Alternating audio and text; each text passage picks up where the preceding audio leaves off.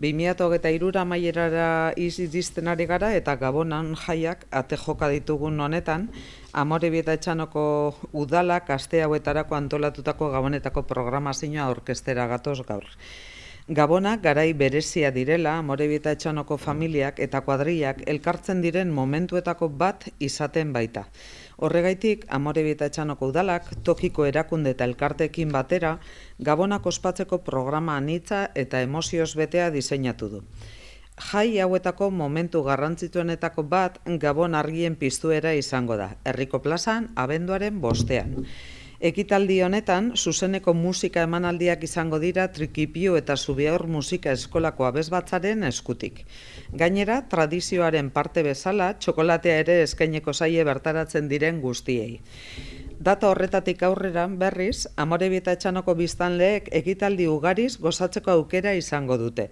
Besteak beste, zuzeneko musika emanaldiak, antzeslanak, aurkezpen bereziak, txikienentzat bereziki diseinatutako ikuskizunak, kirol ekitaldiak eta tokiko kultura aberastuko duten erakusketa artistikoak. Badira, Gabonetan bi iluntze berezi, batez be etxeko txikienentzat. Horregaitik bai abenduaren 24an eta bai urtarrilaren 5ean kabalgatak izango dira herrian. Udaberri dantza taldeak antolatuta, Gabon gauean Olentzero eta Maridomingiren etorrera, une gogoangarria izango da aur zornotzarrentzat. Gainera, errege egunaren bezperan, Meltxor, Gaspar eta Baldezar erregeak kabalgatan zeharkatuko dituzte Amorebieta Etxanoko kaleak. Bi ekitaldiak arratsaldeko 6etarako programatuta daude. Lehen aurreratu dudan bezala, Amorebieta Etxanoko Gabonetako programak adin guztietako zornotzarrentzat ekitaldiak eskaintzea du helburu. Tartean, herriko txikiak, gazteak eta familiak. Abenduan, Anbotoko Mari, Muna eta Pinpang antzeslanak izango dira, eta urtarrilean Bo Jauna eta Kutxartean. Bi hilabeteetan beraz, familia osoaren gozamenerako antzarki entretenimendua egongo da. Horrez gain, La Navidad en sus manos filma eskainiko da eta Saku bete ipuin kontalaria ere Amorebieta Etxanon izango da hil honetan. Gainera, Zornotzar gazteek bertso antzarki dinamikoa aurrentzako ikuskizun zirraragarriaz gozatu ahal izango dute abenduren 15ean. Aurtengo ekimenik nabarmenetako bat Gabonetan jai izango dela ere jakinarazi nahi dizuet. Zelaietako Amorebieta 4. pilotalekuan egongo den aur parkea birdiseinatu eginda, aur guztien divertimentu eta gozamenerako. Abenduaren 26tik 30era egongo da zabalik, eta sarrerak eskuragarri egongo dira gazteentzako informazio bulegoan. Egun bakarreko sarrera 4 euroren truke, 4 eguneko bonua 12 euroren truke, eta 5 eguneko bonua 15 euroren truke. Gainera, txutxu trenak Amorebieta Etxanoko kaleak zeharkatuko ditu 26tik 29era. Gudari kaleko autobus geltokitik atarata. 11etatik ordubietara eta arratsaldeko 5etatik 8etara ibiliko da.